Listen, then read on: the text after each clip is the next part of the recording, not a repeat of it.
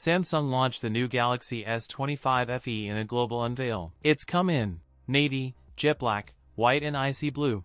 A 6.7-inch dynamic AMOLED display is widely expected, larger than the base Galaxy S25. A 120Hz panel for fluid scrolling, gaming, and smoother animations. The handset boasts a 50MP main camera with OIS, a 12MP ultrawide, an 8MP telephoto with 3x optical zoom and OIS, a 12MP selfie camera. Galaxy S25 FE will feature the Exynos 2400 chipset, paired with 8GB of RAM and 128 or 256GB of storage. Equipped with OneUI 8 as well as the latest Galaxy AI experiences. Battery size: a 4900 mAh battery with support for 45W wired and 15W wireless charging. It starts at €749 for the 8GB per 128GB variant. That's it for today's video. If you enjoyed it, don't forget to like, comment, and subscribe for more content. Thanks for watching, and I'll see you in the next one.